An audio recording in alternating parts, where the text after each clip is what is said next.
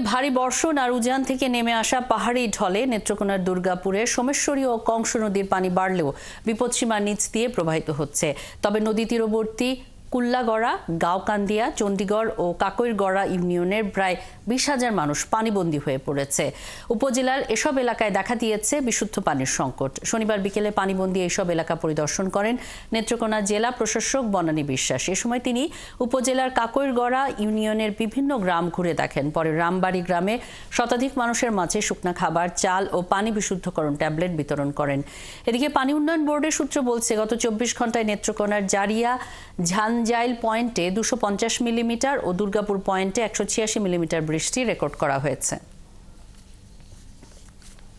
যেই মানুষগুলো প্লাবিত হয়েছে, আমাদের স্থানীয় মেম্বার মহোদয় ওনাদের সহযোগিতায় আমরা আজকে 100 পরিবারকে ত্রাণ সামগ্রী বিতরণ করলাম। আমরা পরবর্তীতে এই ত্রাণ বিতরণ অব্যাহত থাকবে। নেত্রকোনার সুসং দুর্গাপুরের বন্যা পরিস্থিতির খবর জানাতে দুর্গাপুর থেকে আমাদের সঙ্গে যুক্ত আছেন সংবাদদাতা রাজেশ গৌড়।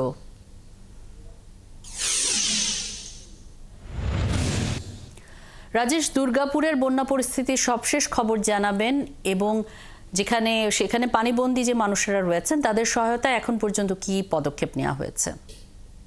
টানা 4 দিনের অতি বর্ষণ ও উজান থেকে নেমে আসা পাহাড়ি ঢলে কিন্তু সমষ্টি নদীর পানি বৃদ্ধি পেয়েছে। তো পানি উন্নয়ন বোর্ড আমাকে যেটা জানিয়েছে যে এখন পর্যন্ত পানি 0.27 সেন্টিমিটার বিপদসীমার নিচ দিয়ে প্রবাহিত হচ্ছে। এছাড়াও যে এখন আমরা এর আগে লাইভে আমি বলেছিলাম যে দুর্গাপুর উপজেলার 4টি ইউনিয়ন প্লাবিত হয়েছে, কিন্তু দুপুরের পর থেকে কিন্তু ওই বাকলজোড়া ইউনিয়ন সেটাও কিন্তু প্লাবিত হয়েছে। এখানকার যে রাস্তাঘাট বাকলজোড়া ইউনিয়ন সেগুলো প্লাবিত হয়েছে, এখানকার মানুষ পানিবন্দী হয়ে পড়েছে। সব মিলিয়ে কিন্তু এখন পর্যন্ত আমার কাছে তথ্য আছে 40টি গ্রামের মানুষ কিন্তু এখন পানিবন্দী অবস্থা রয়েছে। প্রায় 50,000 মানুষ এখন পানিবন্দী অবস্থা রয়েছে। আমি যে জায়গাটাতে দাঁড়িয়ে আছি সেটা হচ্ছে কুল্লাগড়া ইউনিয়নের ছোট কাটুরি এলাকা। এখানে কিন্তু এই যেদিকে চোখ যায় সেদিকে কিন্তু পানি আর পানি।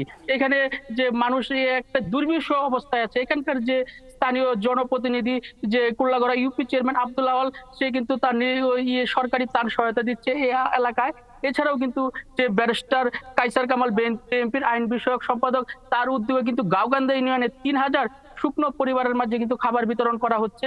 এছাড়া আমরা উপজেলা কৃষি অফিস সূত্রে আমরা যেটা জানতে পারলাম যে এবছর দুর্গাপুর উপজেলায় 16,400 হেক্টর জমিতে চাষাবাদ হয়েছে, কিন্তু এখন পর্যন্ত যেটি আমাদেরকে জানিয়েছে 10,000 হেক্টর জমি ফসলের জমি পানিতে তলিয়ে গেছে। তবে এরকম বৃষ্টিপাত যদি অব্যাহত থাকে, যে বাকি যে হেক্টর জমি ভালো রয়েছে সেগুলো কিন্তু ডুবে যাওয়ার সম্ভাবনা রয়েছে। এছাড়াও এই উপজেলা প্রাথমিক যে অফিস, যে শিক্ষা অফিস, সেটি আমাদেরকে জানিয়েছে দুর্গাপুর উপজেলায় প্রায় 64টি প্রাথমিক বিদ্যালয়, এগুলোতে পাঠদান কিন্তু বন্ধ রয়েছে।